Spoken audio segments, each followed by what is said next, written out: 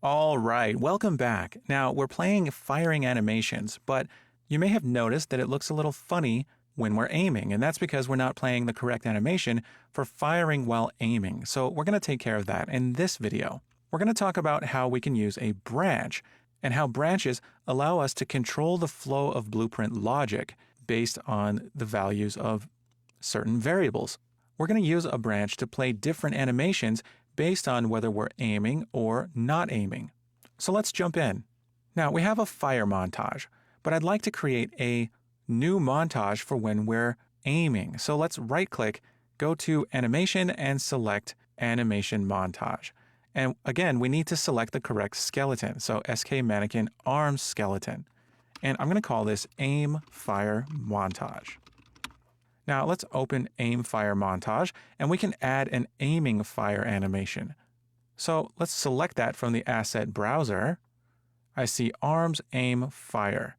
I can drag this in, and now I have an Arms Aim Fire animation. And we can assign this montage to the same slot called Weapon Slot. So let's click the drop-down. For slot name, we can select Weapon Slot. Now we see that the blend-in time is 0.25. I'm going to set this to 0, just like we did with the other montage. But our fire aiming animation may require us to change this blend time if we want to make that animation more subtle. If we double-click Arms Aim Fire, then this is what the animation looks like. As you can see, the recoil looks pretty dramatic. So we'll keep that in mind when playing the animation if we want to blend in more smoothly and play the animation more subtly. So we'll keep that in mind. I'm going to close that. Now, back here in FPS Character, we're using Montage Play and selecting the Fire Montage. But we'd like to do two different things depending on if our aiming boolean is true or false. Now remember, isAiming is a variable on the animation blueprint. And we can get that by clicking our animation blueprint output value and searching for isAiming. And we see that we can get isAiming here. This returns a boolean value. Now, in Unreal Engine, we can do different things depending on Boolean values using a branch. Now, if I right-click, I can type branch and select it to get a branch node. Another shortcut is to hold down the B key and left-click, and you get a branch node that way. So I can delete one of these. And the branch node has an input that's a Boolean, as you can tell by the red color coding, and two outputs, true and false. Now, if I hook up isAiming to the branch, then the branch takes a look at that isAiming value and will execute one of its two execution pins depending on the value of that Boolean. If it's true, we get the true execution pin, and if it's false, we get the false. Now, we know how to play montages, and we can select the montage to play, so all we need to do is play the correct montage based on our isAiming Boolean. So that's going to be your challenge. You're going to get the isAiming variable from the animation blueprint and use a branch to play the correct montage. Play the aim fire montage when we're aiming and the regular fire montage when we're not aiming. Then play test and take a look at the behavior when we're firing, and if the animation for the aim fire montage has too much recoil, go back into the aim fire montage and adjust the blend in time. Rather than 0, set it to some value slightly larger than 0 and see how that looks. Pause the video and give this a try.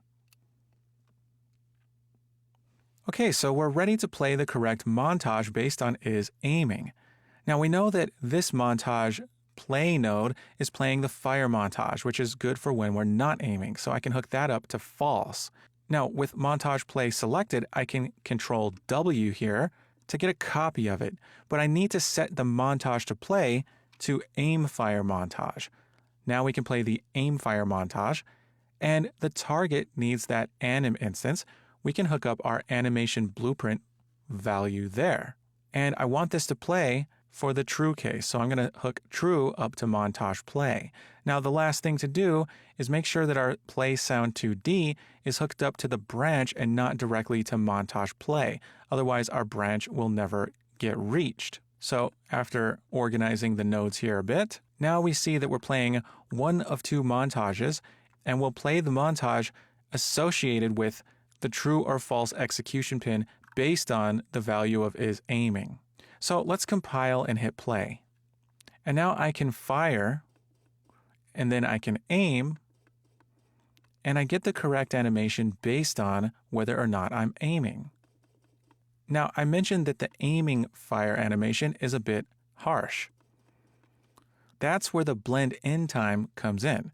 So I can go back to the aim fire montage. I see that there's a browse icon right next to the drop down in montage play where it has aim fire montage selected. I'm going to click that and it'll take me directly to the aim fire montage. I can open that up, and here in blend in, instead of blend time 0, I'm going to choose 0.2. Now I can save and close that, and now if I test play, then when I aim and fire, it's a lot more subtle. In fact, it's a bit too subtle, so I might actually change it to a lower value like, say, 0.15.